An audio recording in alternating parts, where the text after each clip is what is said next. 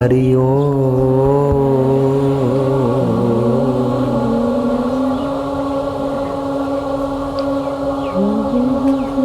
हरि ओम हरि ओम हरि ओम हरि ओम हरि ओम हरि ओम हरि ओम हरि ओम हरि ओम।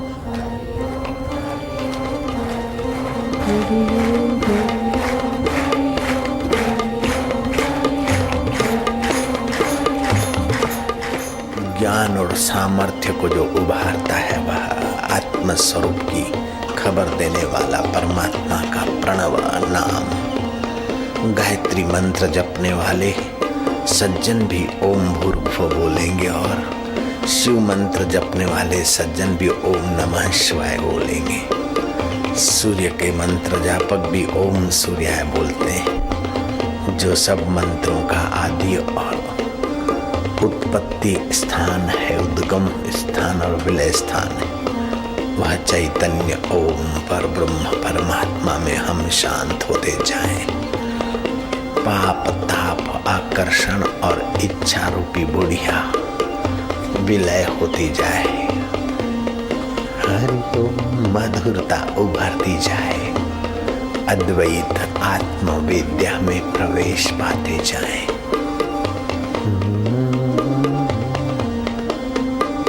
डूबते जाओ, तदाकार होते जाओ। कब तक बाहर की तालियां ठोक ठोक के अपने को थकाओगे? कब तक मंजीरे ठोक ठोक के अपने को थका थका कर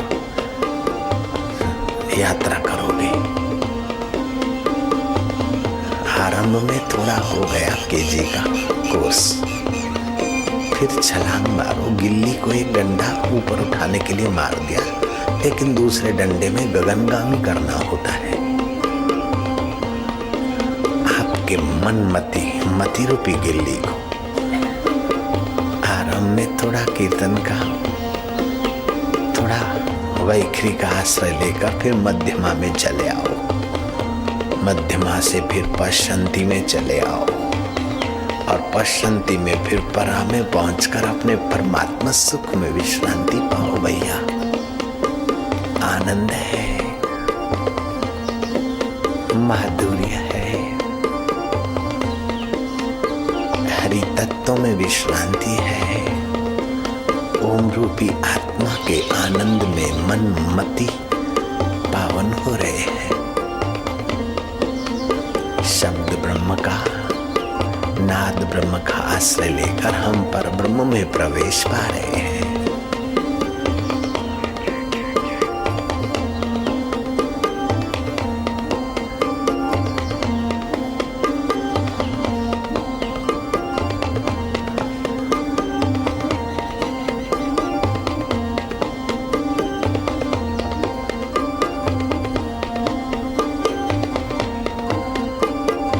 मधुर ध्वनि सुनते सुनते आपका चित्त चैतन्य में विश्रांति पाता जा रहा है। दृढ़ भावना करो। बीन का आवाज सुनकर विशिला सर्प अपना विष भाव भूल जाता है, तो हरि नाम का गुंजन सुनकर चंचल मन अपनी चंचलता भूल रहा है। तो क्या बड़ी बात है।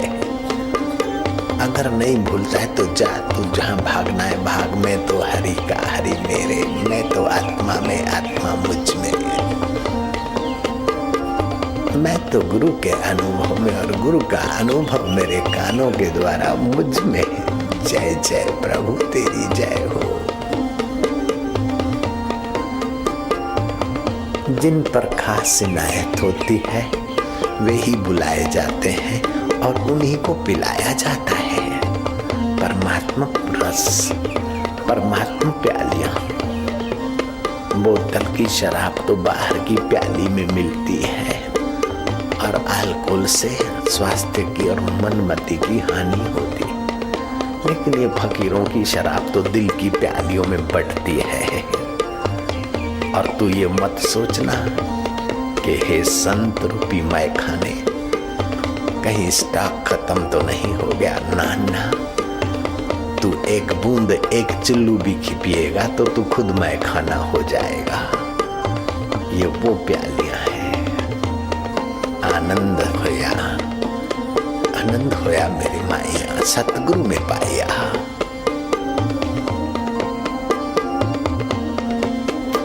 सरस सुंदर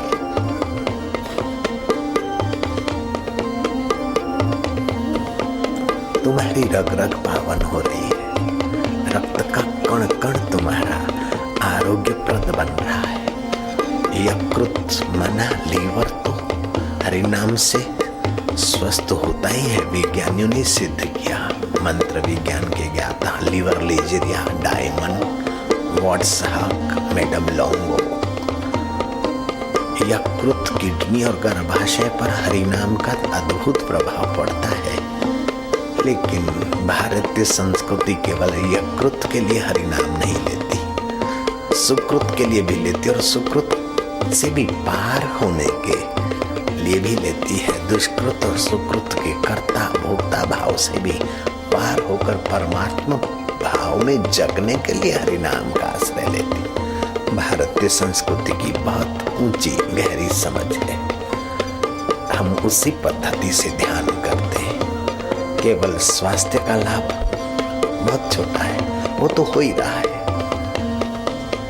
स्वास्थ्य लाभ तो हो ही रहा है, पुण्य लाभ भी हो ही रहा है। लेकिन पुण्य लाभ और स्वास्थ्य लाभ पर हमारी गाड़ी नहीं रुकती। हमें तो आत्म लाभ करने की यात्रा करने का महापुरुषों ने सतपुरुषों ने संदेश दिया है, वेदों ने आज्ञा की है। हम वही प्रसाद पाने को पावन हो रहे हैं। आदि मानव ने मृत्यु से बचने के लिए अमरत्व की खोज की। उसी अमरत्व की खोज ने अमृत की खोज जगाई। देव और दानव विपरीत स्वभाव वालों में भी एक अद्वैत स्वभाव है। देव भी अमरता चाहते, दानव भी अमरता चाहते। विरुद्ध स्वभाव वाले भी गहराई में एक सूत्र से जुड़े। अमरता दोनों चाहते थे, दोनों मिले आपस में। वासुकी नाग का आश्रय लिया, मंदराचल पर्वत मंथनी बनाया और सागर मथा। ऐरावत निकला और चीजें निकली, लेकिन तब तक मथते रहे जब तक अमृत न पाया। असुर भी अमृत चाहते और सुर भी अमृत चाहते। दुर्जन भी अमर सुख चाहता है और सज्जन भी अमर सुख चाहता है। वह अमर सुख तुम्हारा आत्मदेव का स्वभाव है। कीड़ी भी सुख चाहती है, कुंजर भी सुख चाहता है, क्योंकि तुम्हारा वास्तविक आत्मा सुख स्वरूप है, ज्ञान स्वरूप है। शरीर में कहीं भी खुजली होती है, मक्खी मच्छर बैठता है तो हाथ ठीक जगह पर पहुंच जाता है। दूसरे का हाथ समझाने पर भी ठीक जगह पर नहीं पहुंचता। अपना हाथ उसी समय उसी जगह पहुंच जाता है, क्योंकि अपना चित्त उस चेतन की सत्ता लेकर पूरे शरीर में व्याप रहा है। दूसरे का चित्त उसके शरीर में व्याप रहा है। लेकिन चित्त में चेतना तो एक ही है, लेकिन चित्त भिन्न भिन्न है। पावर हाउस का लाइट तो एक है, लेकिन फ्यूज हर घर के अलग अलग है। ऐसे चित्त भिन्न भिन्न होने के कारण भिन्न भिन्न शरीरों में वही ज्ञान सत्ता व्याप रही है। एक ही सागर का पानी भिन्न भिन्न तटों पर भिन्न भिन्न रंग रूप का दिखाई दे सकता है। बालू तट पर साफ सुथरा और मिट्टी के तट पर मटमैला, और काली मिट्टी सुरती मिट्टी के आगे कादव जैसा दिखता है, लेकिन है वही उदधि। ऐसे ही एक ही तुम्हारा चैतन्य देवों में अपने रूप से और दानवों में अपने रूप से और मानवों में अपने रूप से। अमरता की खोज तो वही सब कर गए। देव दानव मिले, मंदराचल और वासुकी का आश्रय लेकर समुद्र मंथन किया, और तब तक मंथन चलता रहा जब तक अमृत न मिला। अमृत का घड़ा निकला। वो बोले हम पी ले, वो बोले हम पी ले। होड़ लगी।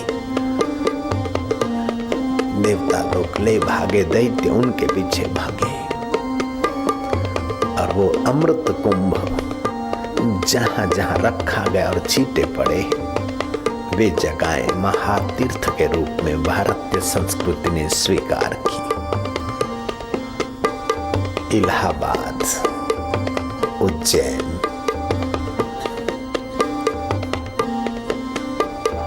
नासिक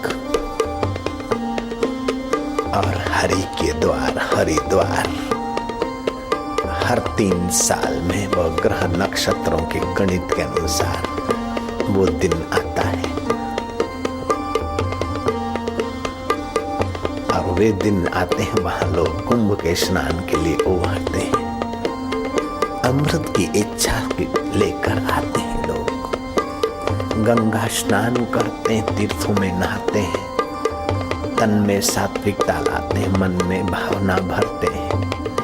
वो अमृत कुंभ अभी भी आत्म अमृत की व्यवस्था कराने वाले संत और सत्संग के आयोजनों के द्वारा आपके हृदय में छुपा हुआ आत्म अमृत उभारने की शक्ति, सामर्थ्य और व्यवस्था अपने में संजोए हुए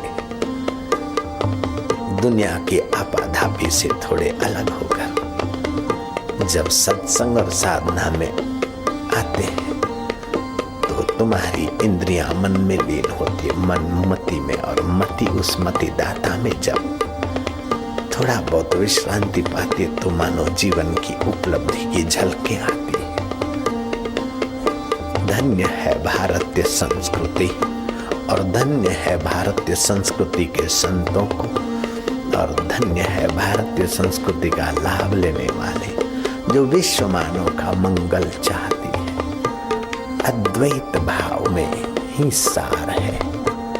केवल भारतवासियों का ही भला नहीं, विश्व मानव का, प्राणी मात्र का भला।